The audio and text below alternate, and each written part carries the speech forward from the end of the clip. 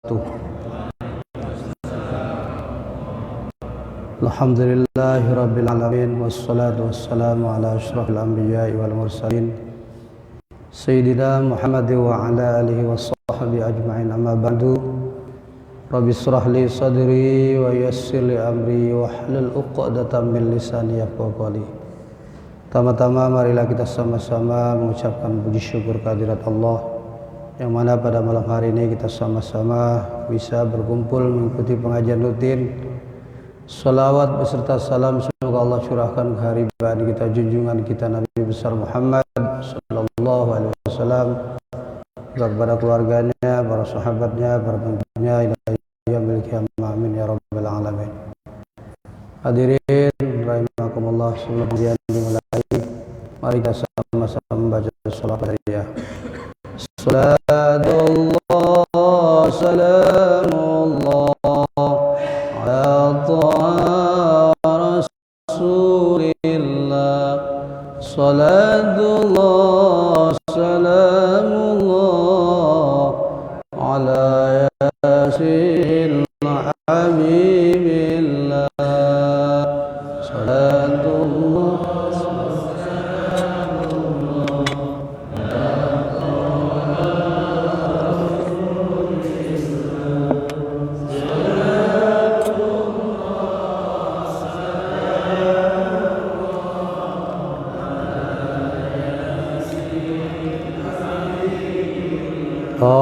Wassalam bismillah wa bil hadi rasulillah wa kulli mujahidin lillah bi ahlil badri ya Allah. Salatullah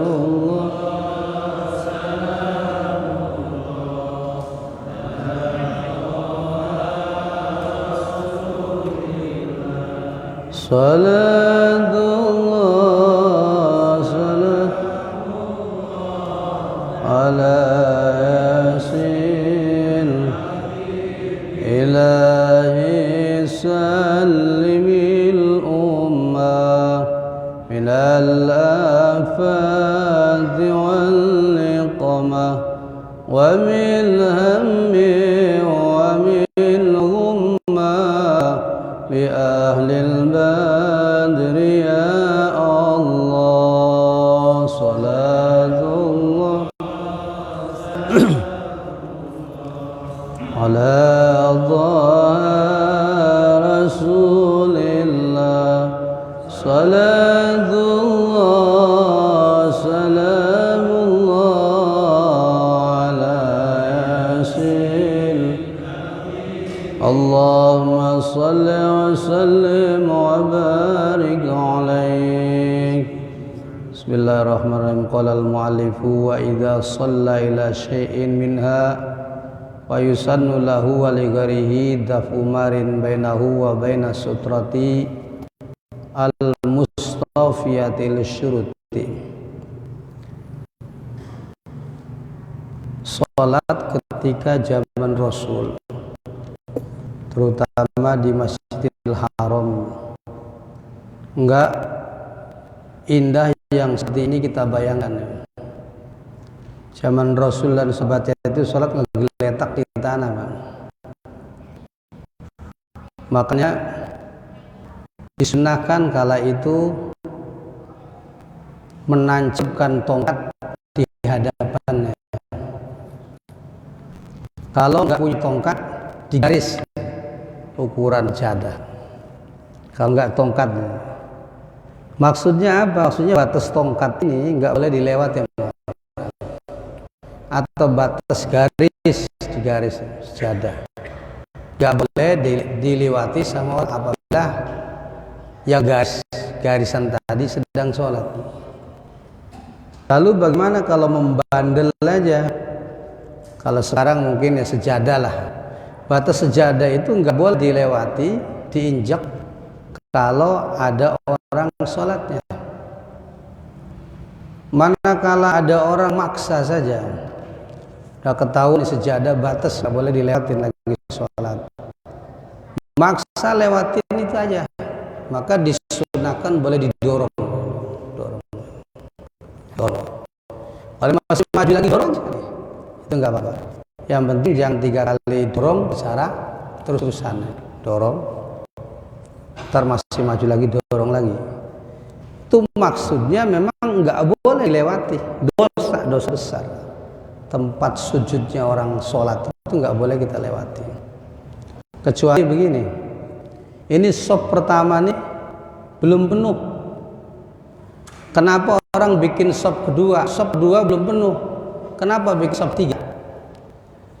Maka itu kalau kita melewati ke depan, sekalipun nginjak tempat sujudnya orang sedang sholat, itu nggak apa-apa. Karena salahnya sendiri, shop depan masih kosong atau shop kedua masih kosong, bikin shop berikutnya.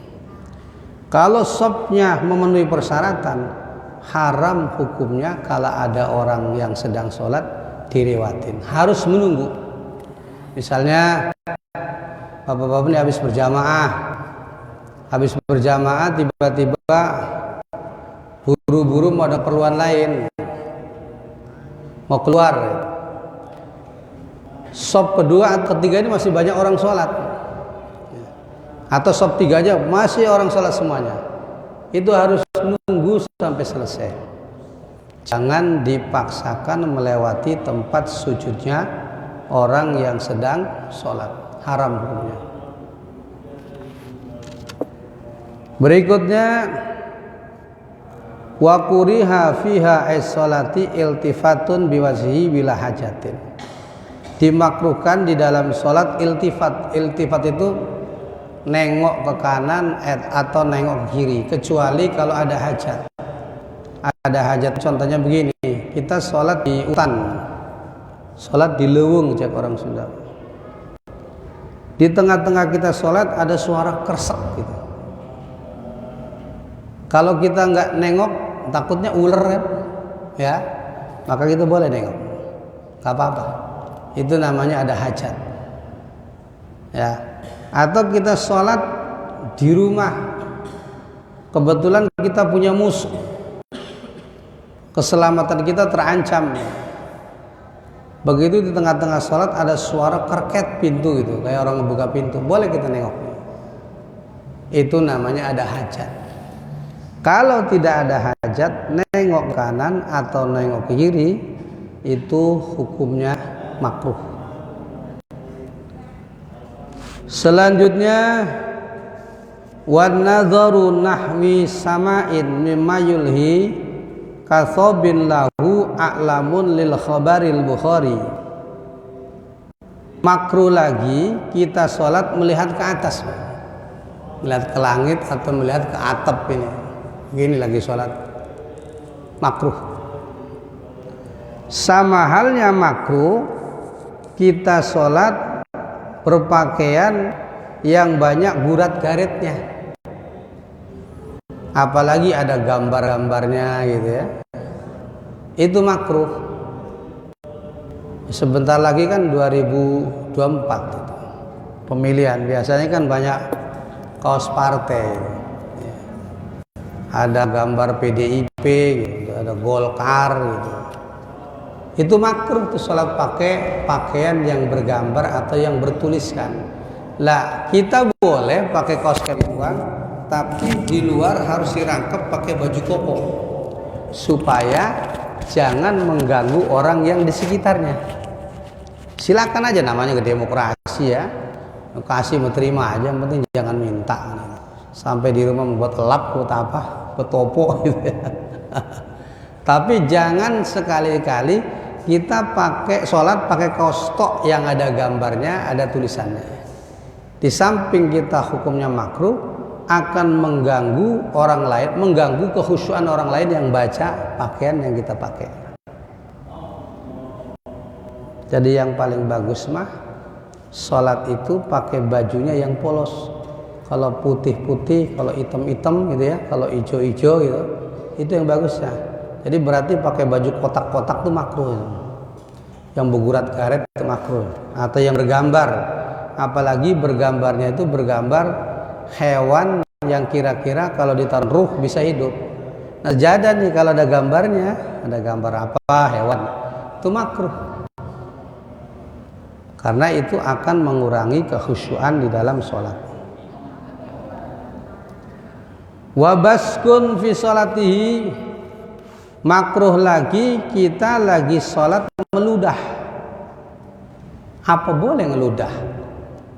Kan sepintas lalu kan jorok banget ya, jorok. Kalau di masjid nggak boleh, sholatnya di rumah. Kalau di masjid harus dimasukin ke kantong sebelah kiri. Saya dulu waktu masih di kampung, kiai pertama saya belajar ngaji itu almarhum Ki Ardawi, moga diampuni dosanya. Waktu itu saya belum paham sholat kok ngeludah di kantong, kan sepintas lalu jorok. Tapi saya bicara jorok, lagi bicara hukum. Nah sekarang bagaimana kalau mulut kita ini mual-mual atau mual-mual, saking banyaknya air ludah, sekira-kira membaca Fatihah nanti Fatihahnya acak-acakan, itu maksudnya. Lah kalau mual-mual itu susah bacanya, ya kan? Jadi maksud saya itu hukum itu bukan masalah jorok gak jorok, saya juga ngerti itu tuh jorok.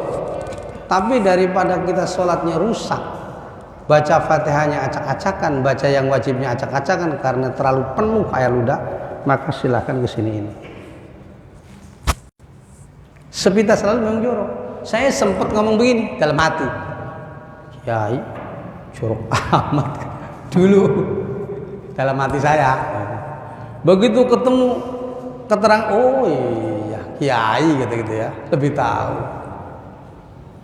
Yang paling mengejutkan sekali kiai saya di kampung tuh, di masjid itu kan banyak Al-Quran lama itu Pak, pada sobek, kumpulin, dibakar, buset, kodek geleng kepala. Al-Quran dibakar yang sobek-sobek itu, gak salah tuh kiai katanya gitu, gak salah tuh kiai bakar Al-Quran yang sobek-sobekan itu. Ternyata begitu ketemu keterangannya, tujuannya justru ngebakar sobekan Al-Quran itu untuk menjaga Al-Quran jangan sampai terbang kemana-mana, bisa juga terbang ke got, bisa juga keinjak-injak orang. Kumpulin sobekannya, dibakar. Waktu itu saya seudon juga pakai kodek ya, Al-Quran dibakar.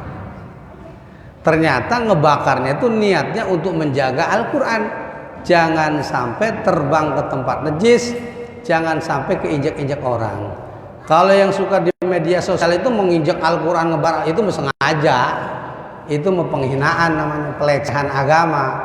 Kalau yang saya tadi maksud kiai itu justru niatnya kebalikannya, untuk menjaga Al-Quran jangan sampai keinjak-injak orang atau jangan sampai terbang ke tempat-tempat najis.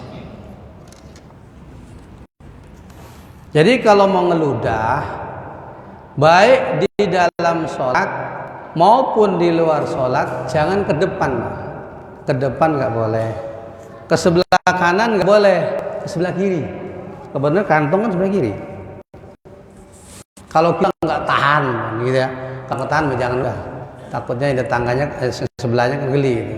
Itu jangan ke depan, jangan ke kanan, tapi ke sebelah kiri, baik di dalam sholat maupun di luar sholat. Lalu bagaimana kalau sebelah kiri ada orang, takut kesinggung? Nah, darurat, boleh kita meludah ke sebelah kanan. Ya kalau di sebelah kiri ada orang, kita meludah begini, kesinggung orang. Darurat kan? Berarti ke kanan. Tapi kalau di sebelah kiri nggak ada orang, peraturannya di sebelah kiri.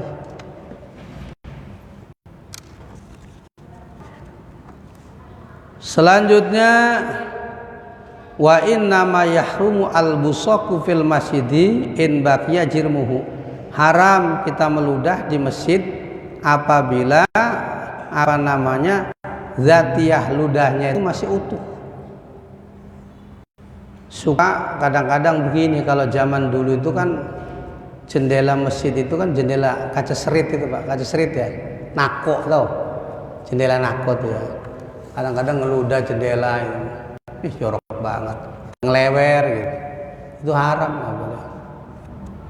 Kalau ngeludahnya dari dalam, kacanya ini lepas tuh, jatuhnya di luar halaman masjid atau tanah wakafan masjid yang belum dibangun masjid, itu nggak apa-apa. Ya seperti dari jendela ini kita ngeluh, nyongok gitu keluar, nggak apa-apa. Padahal kan sebelah sana kan wakafan masjid, tapi kan belum dibangun masjid, itu nggak apa-apa. Kecuali air ludahnya itu sudah campur dengan air madmadah, air berkumur. Itu mau kalau ngecudah dikit, misalnya ada yang ke bawah angin masuk lagi ke masjid, kalau air ludahnya nggak mulus air ludah, udah campur bekas wudhu, ya nggak apa. Ada yang nanya sama saya, Pak, bagaimana kalau ada masjid WC-nya nempel sama tembok masjid? Kalau ini kan nggak nih, alhamdulillah ya, nggak nih. Ada sebagian ulama mengatakan nggak boleh, haram. Maka saya pengajian baru di Pluit itu, musola bagus, musolanya mungil, WC-nya nempel sama pengimaman. Saya tanya, ini di belakang WC sono tuh ada tanah kosong, tanah siapa? Tanah fasum. Kalau tanah fasum musyawarah ya. Ini WC yang temboknya nempel di pengimaman, digempur aja, biar jangan satu tembok. Biar jangan satu tembok. Kali alhamdulillah jauh. Kalau masih satu tembok, itu ada sebagian ulama mengatakan haram. Ada lagi yang nanya masih begini, Pak, di Jakarta itu ada masjid lantai 2-nya buat sholat, bawahnya tempat pesta. Pernah lihat nggak? Pernah nggak? Oh, kayak di situ Jakarta apa namanya? Jakarta apa itu namanya? Pengurusnya ke profesor, doktor, S2, S3. Tapi pengurusnya lupa pendidikannya tinggi. Saya nggak nanya S2, S3, S-keprok nggak. Urusan hukummu bagian kiai, bagian ustaz. Atas pakai sholat, di bawah ini tempat pesta. Kata saya jawab, daripada pesta di bawah masjid, atasnya masjid, mendingan nyewa rumah kawin ke Daun. Ya. Namanya orang pesta kan suka ada hiburannya, kan ada organ tunggal, ada qasidah. Lah kira-kira kalau waktu sholat ada orang sholat keganggu nggak? Keganggu, kedengar. Kecuali di halaman masjidnya. Nah, kenapa di atas masjid, di bawahnya tempat pesta nggak boleh? Masih satu tembok, tiangnya masih satu. Sekali berlantai 2 masih tembok satu, tiang satu. Beda kalau di halaman masjid beda. Banyak di Jakarta di Sunda Kelapa itu. Jadi jangan pakai akal-akalan hukum. Kalau nggak boleh. Apa nggak ada tempat lain? Mendingan nyewa rumah kawin Cina tuh, ketahuan di rumah kawin. Gitu. Nggak ganggu orang sholat. Itu ya. Jadi banyak timbul permasalahan di pengajian itu, memang sesuai dengan zaman kan, perkembangan zaman. Kalau kita kurang jeli, kurang banyak baca-baca kitab, ya sulit pertanyaan orang sekarang itu dijawab. Selanjutnya, wa yukrahu fasdun wahjamatun fihi bina'in wa rafu sotin wa nahubain. Makruh lagi di dalam masjid kita bekam. Bekam itu memang pengobatan ala Rasul, tapi kalau di dalam masjid nggak boleh. Yang saya tahu kalau di Masjid Agung Kalipasir tuh, Masjid Agung Lama Tangerang, itu bukan di masjid tapi di samping masjidnya itu ada ruko-ruko itu, namanya di luar masjid, nggak apa-apa. Dulu saya kalau bekam di situ, sekarang begitu meninggal orangnya nggak ada yang ngurusin ruko itu. Masjid rukonya sampingnya. Kalau dalam masjidnya nggak boleh, termasuk jual beli nggak boleh. Jual beli di dalam masjid dilarang, kecuali begini, ada orang tukang dagang angsungan, dagang rokok, minuman ringan tuh, mau sholat nggak mungkin kan dagangan asongannya ditaruh di luar, ya kan? Pasti dibawa ke dalam, tapi nggak dagang di dalam, nggak dibawa ke dalam tapi nggak dagang di dalam, dagangnya di luar, itu nggak apa-apa. Kalau dalam masjid nggak boleh. Saya pernah di Al Kausar itu ada orang India, Pak, orang India dagang pakaian di masjid. Pas saya datang, kata kita, saya nggak ngerti bahasa India, orang India nggak ngerti bahasa saya. Rupanya mah dari habis maghrib, saya kan pengajian habis isya. Begitu datang, saya kasih isyarat aja. Lah, nggak boleh. Akhirnya dibuntelin pakaiannya. Orang India kan kayak orang Arab. Berarti ini orang nggak ngerti ya. Ya kalau ngerti dia nggak mungkin gelar dagangan di dalam masjid. Warof usotin, selanjutnya makruh ngangkat suara keras di dalam masjid. Jadi di masjid itu kalau bukan karena pengajian, kalau bukan karena ceramah, itu kalau ngomong biasa pelan-pelan, nggak boleh kuat-kuat. Wakas wuroksin, makruh lagi di dalam masjid ngebuka kopcah. Nih, saya kalau numpang sholat di Masjid Al-A'zam itu, kan banyakan orang orang pegawai Pemkot ya, pemerintahan kota. Ya kalau berjamaah dari awal mah yang imamnya jelas kiai, ustadz, kenal banget saya yang imam di Masjid Al-A'zam. Kiai Ghazali Mansur, kadang-kadang Kiai Ma'ruf, itu orang Serang malah. Kiai Ghazali Mansur orang Benteng, kenal lah kiai ustadz. Lah kalau berjamaah yang berikutnya di belakang itu banyak orang Pemkot pakai seragam pemerintah kota, kadang-kadang nggak pakai kopcah gitu ya. Saya sih daripada ragu-ragu berjamaah ngimam sama orang kayak begitu, saya mendingan sholat sendirian gitu. Sebab ngebuka kopcahnya di masjid itu makruh, satu. Keduanya juga kan kita belum tahu kualitas imam itu. Ya, saya daripada ragu-ragu berjamaah memang lebih afdol kalau kita yakin imamnya memenuhi persyaratan. Tapi kalau kita ragu, tidak yakin imamnya ini memenuhi persyaratan atau tidak, maka sholat sendiri lebih bagus buat ukuran saya. Karena saya ini biar begini-begini ya keluaran pesantren ini. Gitu. Jadi orang kegundulan nggak pakai kopcah, saya nggak mau. Ngemakmum imamnya nggak pakai kopcah nih, saya nggak mau. Sekalipun nggak haram, cuman makruh gitu. Wa kuriha sholatun bimudafa'ati hadasin kabolin wa gaitin warihin lil khabaril ati wali annaha tukhilu bil khusyuk bal qala jam'un in dhahaba biha batolas. Dimakruhkan kita sholat menahan hadas, kepengen buang angin, kepengen kencing, kepengen BAB, itu makruh. Karena kalau kita sholat menahan hadas, sudah pasti sholatnya kurang khusyuk. Tapi yang dimaksud makruh orang sholat nahan hadas itu begini: kita habis wudhu, sebelum sholat pengen kencing, mungkin lagi beser. Sebelum sholat kita pengen buang angin, sebelum sholat kita pengen BAB, namanya sebelum sholat udah mulai itu pengen hadas, diterusin aja, dipaksakan aja sholat, lah itu yang makruh. Lalu bagaimana kalau kepengen hadasnya itu sudah di tengah-tengah sholat, lagi sholat dapat 2 rakaat kepengen kentut, jangan dikentutin. Lagi sholat sudah dapat 1 atau 2 rakaat kepengen kencing, jangan dikencingin, artinya jangan dibubarin sholatnya. Lagi sholat kepengen BAB, jangan kalau ukuran masih ketahan, kecuali BAB-nya mencret, ketahan, nggak boleh buat dah.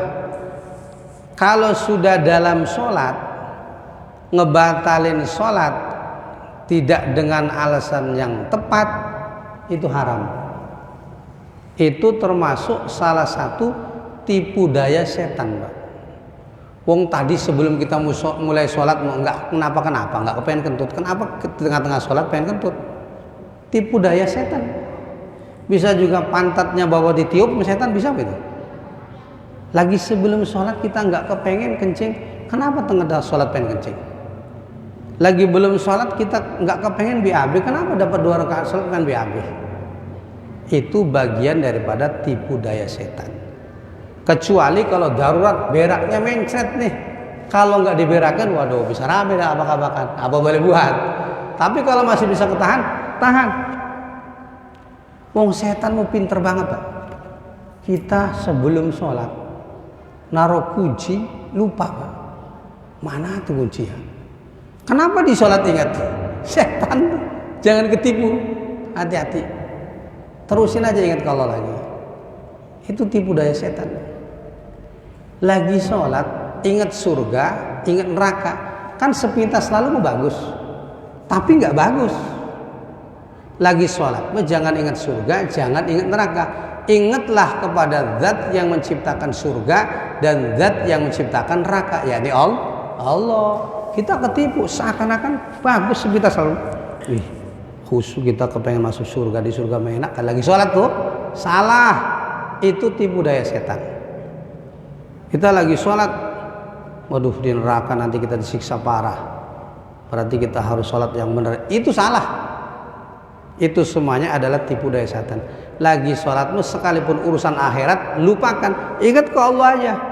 Urusan surga, urusan neraka, urusan Allah. Coba kalau kita misalnya nggak ada ilmunya, nggak dengerin pengajian, banyak ketipu kita sholat sama setan. Jadi saya ulangi lagi, makruh sholat nahan hadas itu kalau kepengen hadasnya dari mulai belum sholat, ya. Bagaimana kalau kepengen hadasnya udah di dalam sholat? Itu jangan dibatalin. Lanjutin aja kalau ukuran kita masih bisa nahan. Selanjutnya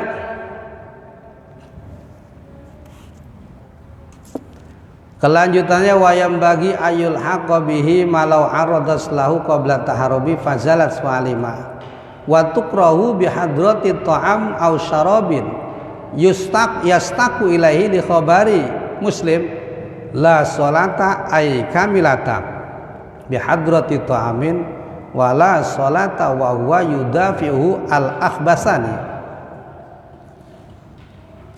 Makruh kita sholat kalau kitanya kepengen makan atau kepengen minum, makanan minumnya sudah siap saji.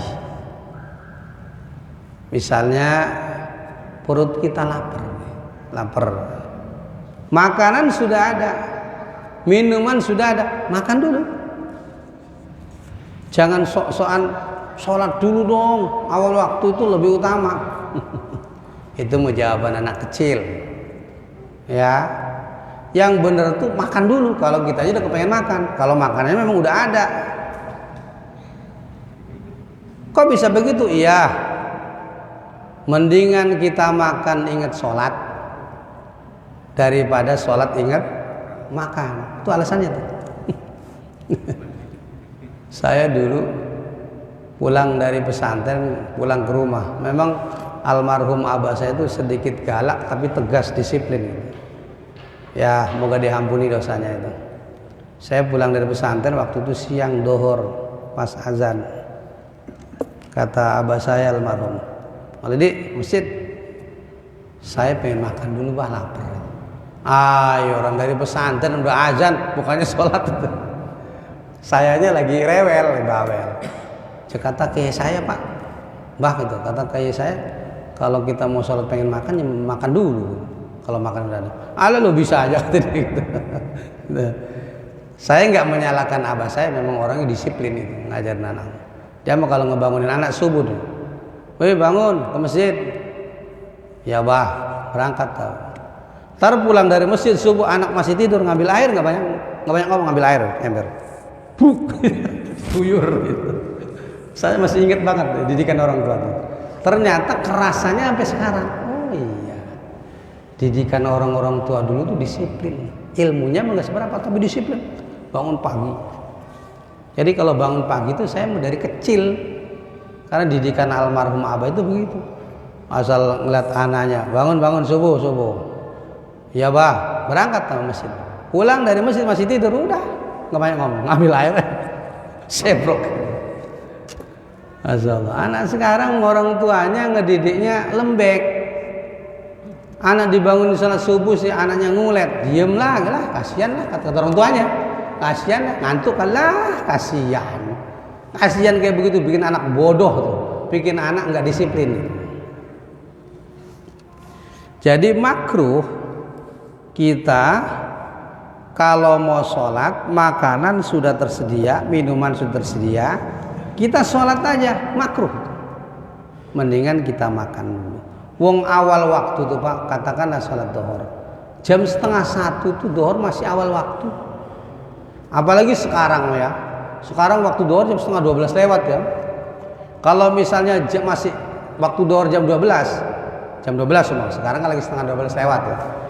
Kalau waktu duhur lagi jam 12, 12:30 itu masih tergolong awal waktu.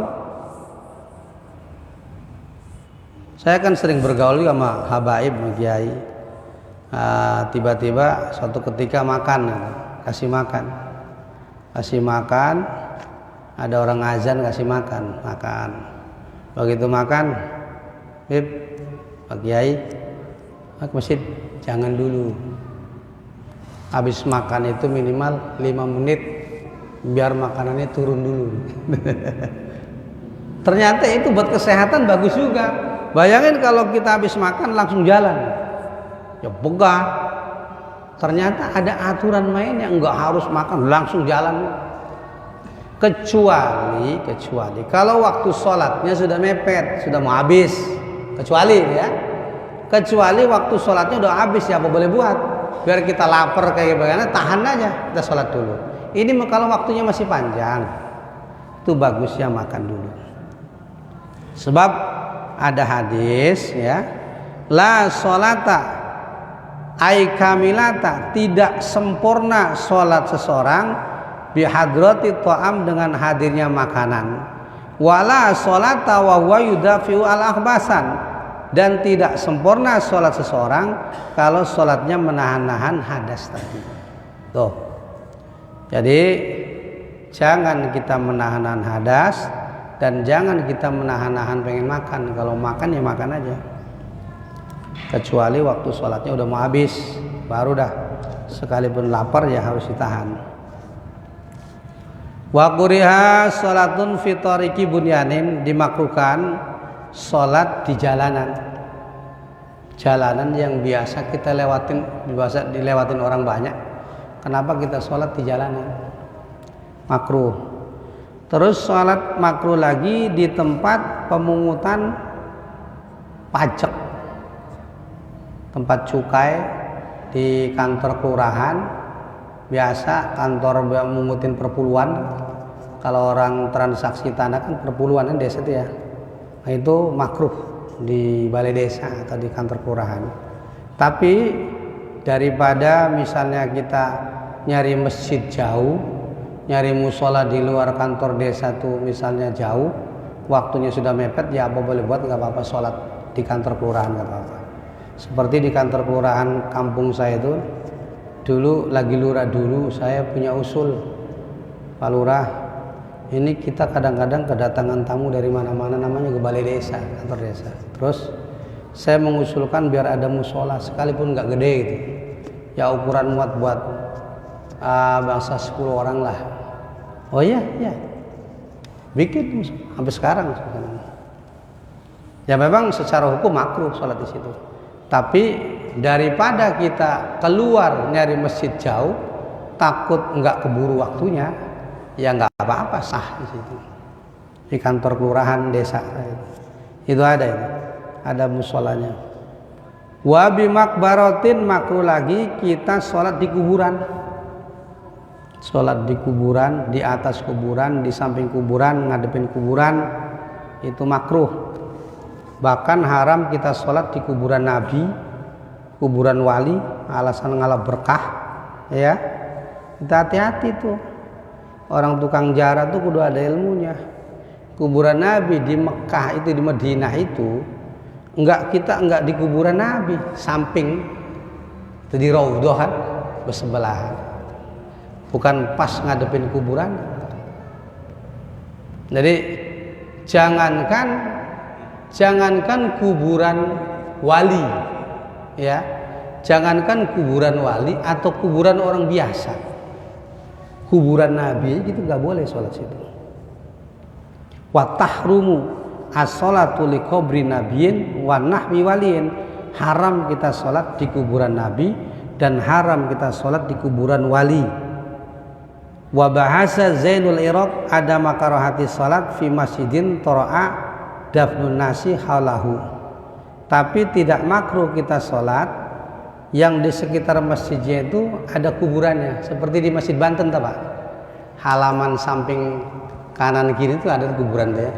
Itu kan di luar kuburannya, nggak apa-apa. Bukan di dalam masjid. Kalaupun di dalam masjid, kalau sudah dipindahin kuburannya nggak jadi masalah.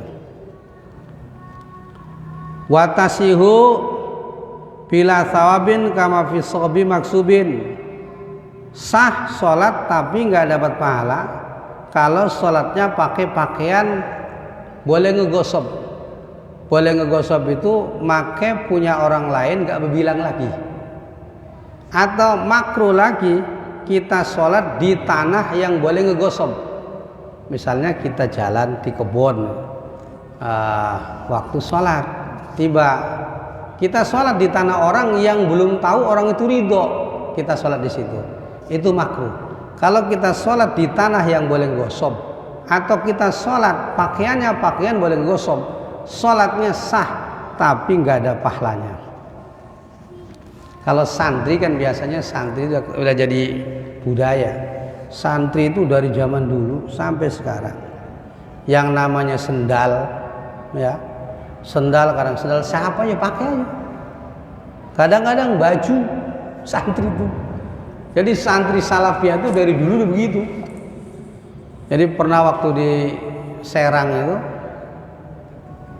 santri ini biasa begitu, baru kena batunya ketika dia pakai sendalnya anak kiai. Kan kalau sama temennya udah biasa tuh, siapa yang duluan keluar dia pakai sendal. Tiba-tiba sendal anak kiai dipakai. Waduh, sedangkan anak kiainya ombaknya gede, Pak. Oh ya, habis sholat kumpul semua. Ada apa? Kamu sendalnya kumpulin semua. Ngambil golok, cacak. Pak. Mulai saat ini kamu beli sendal semuanya, sendal baru semua. Baru situ. Kamu nih santri kayak nggak tahu hukum aja. Pakai sendal orang itu kalau nggak bilang lagi hukumannya gosok. Ngegosok itu kalau nggak dikembalikan hukumannya kayak maling. Baru itu anak kiai. Kalau kata yang dipakainya sama-sama teman santri mah ya udah biasa begitu. Kebenaran yang dipakai punya anak kiai. Anak kiainya galak.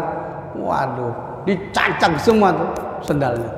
Kamu jadi santri nggak mau diamalin ilmunya. Gimana hukumannya ngegosok? Jadi ngegosok itu kalau nggak dikembalikan lagi hukumannya seperti maling. Kita sholat pakai baju orang lain, pakai nggak bilang lagi. Itu sholatnya sah kalau nutupin orang, tapi nggak ada pahalanya. Kita sholat di tempat orang lain, di tanah orang lain, mau ngejar masjid jauh, takut kehabisan waktu, sholat situ. Namanya sholat di tempat yang boleh gosok. Kalau yang punya tanahnya ini nggak ridho, ya nggak ada pahalanya sholatnya.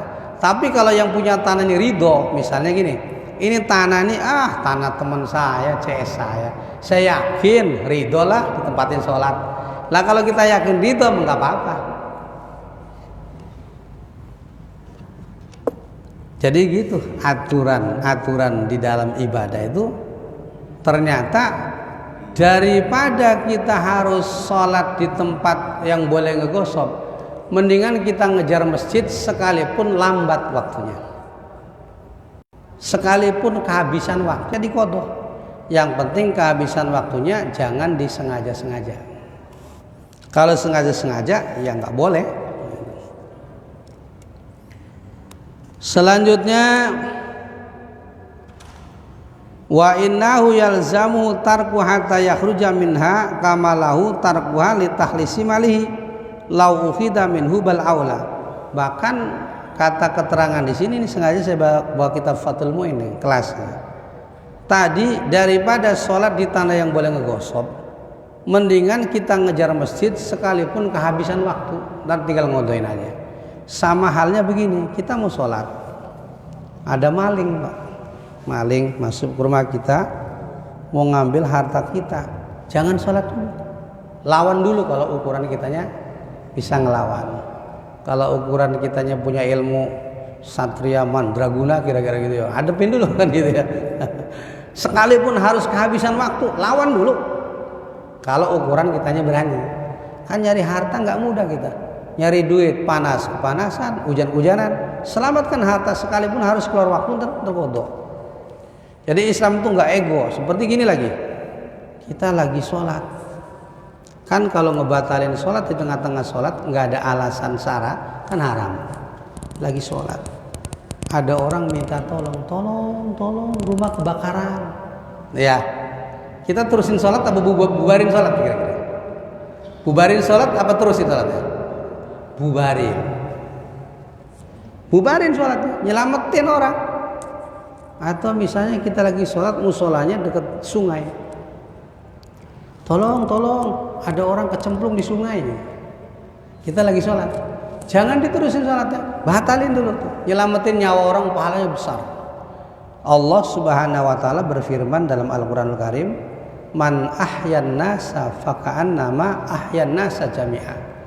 Siapa orang yang menyelamatkan nyawa orang, menghidupkan nyawa orang, aturan mati jadi hidup satu orang.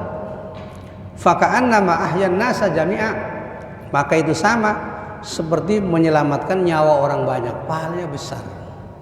Ya, jadi Islam itu enggak ego ajarannya.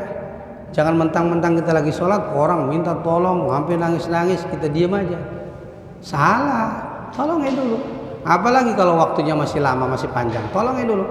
Lagi waktunya udah mepet aja, kalau urusan nyawa, selamatin nyawa orang dulu. Kalau ukuran kita bisa nyelamatinnya, gitu. Nanti kalau misalnya habis nolongin orang itu kehabisan waktu sholatnya, nanti tinggal dikodok. Itu ngodoinnya namanya ada uzur. Nggak apa-apa ngodoin ada uzur mah.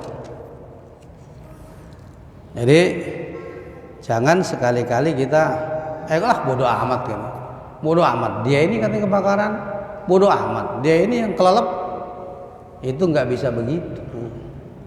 Kalau begitu tuh namanya Islam nggak rahmatan, ya. Rahmatan itu. Jadi harus kalau kira-kira ada orang yang butuh ditolongin, tolongin dulu. Bahkan kita lagi sholat ada maling, ya jangan sholat dulu. Kalau perlu bubarin sholatnya, ya kita usir malingnya, kita selamatin harta kita. Nah, setelah beres baru kita sholat. Itu dibolehkan secara syara. Jangan kita konyol, ada maling lah, biarinlah bodoh amat. Mungkin belum miliknya kali kalau diambil maling, konyol, ya. Belum milik kita kalau diambil, konyol, nggak boleh konyol kita.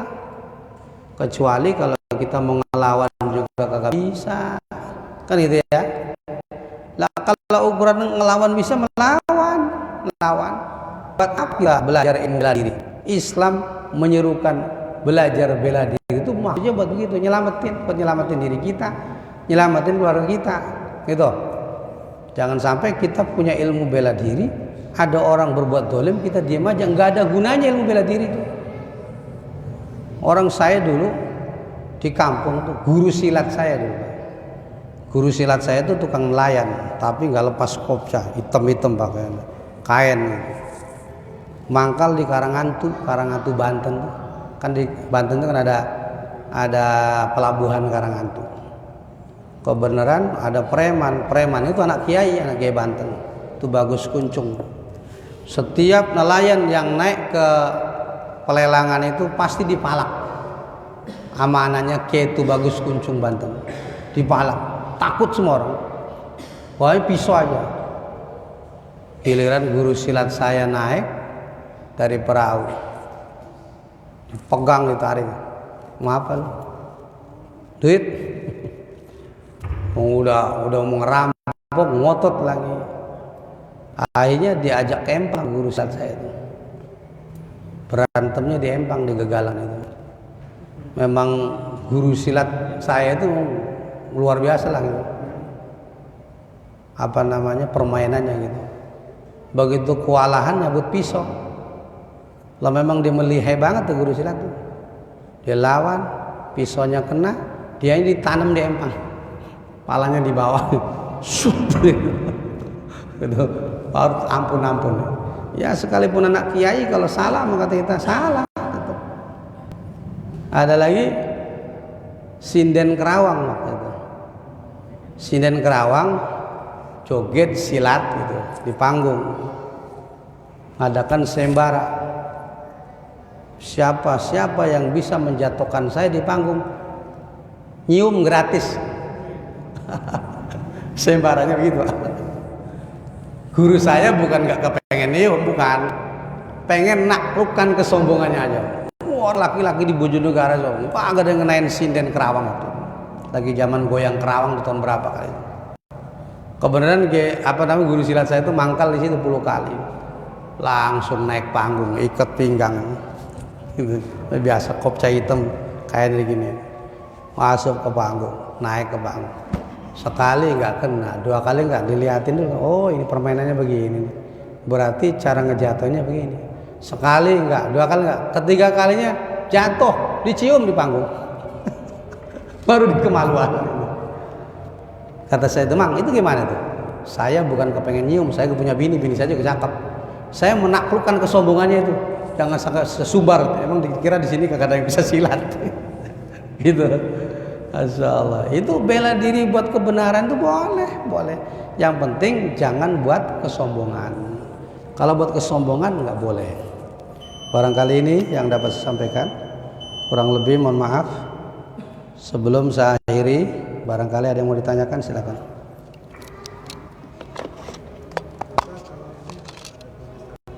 Kenapa? Iya, makruh. Tapi nggak haram nggak makruh aja. Bagus mah polos kayak gini. Ya, silakan. Ada lagi?